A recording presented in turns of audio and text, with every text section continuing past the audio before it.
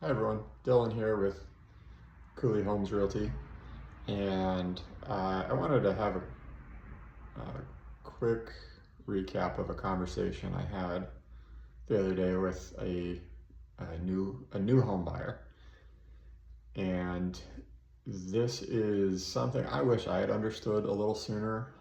Nobody ever explicitly spelled this out for me. I just kind of figured it out as I went.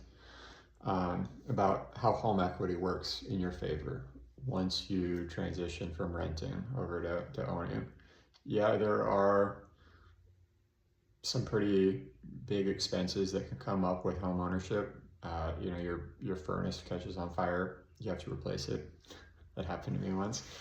But in terms of trying to get to your dream house, in my experience and from what I've noticed, home equity is going to be the best way to get you there.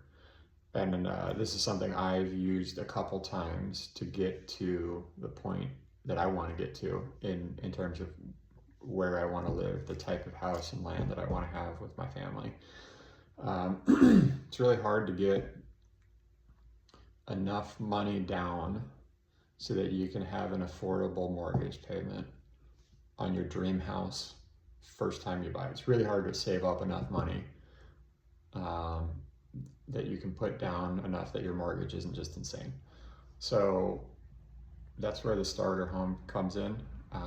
I've done this a few times and kind of hopped houses as my family has grown, and every time I do that, I've gone through and made the house, even if the house that we bought wasn't an ideal fit for us, and in this instance, even if it was kind of run down when we bought it, it's worked out really well in the long run because I've taken time over the years that we've lived there to fix it up. This porch, for example, had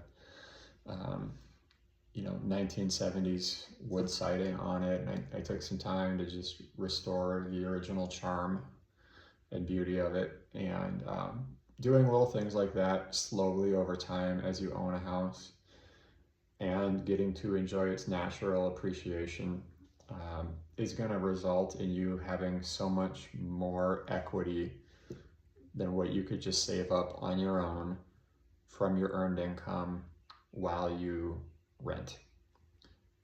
It's we're talking a difference of 50, 75,000, 100,000 over the course of 3, 5, 7 years.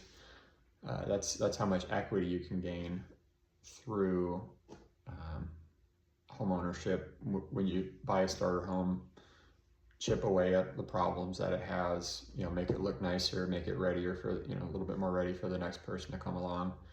And then once you outgrow it, or once you find a home that is a better fit for you, that's closer to your dream home, you have 80,000 in equity, 120,000 in equity when you sell, that you can put down to the dream home, and it makes it affordable now. It puts it into a realistic price range for you. So that's a conversation I had with someone recently, and it's worth reiterating and sharing here because it really, I kind of figured that out just over time and watching how people did it and doing it myself, but I don't think I ever heard that kind of explicitly spelled out. And so if you're thinking about buying and you're frustrated that you can't get exactly what you wanted, it's worth considering making a compromise on what you want in the short term to help you get there in 3 to 5 years, especially if you're not afraid to put a little bit of elbow grease into a house. We call that sweat equity, and it's a really easy and approachable way to build up enough money to get you to the dream home. Thanks everyone. If you have any real estate related questions, feel free to reach out to me.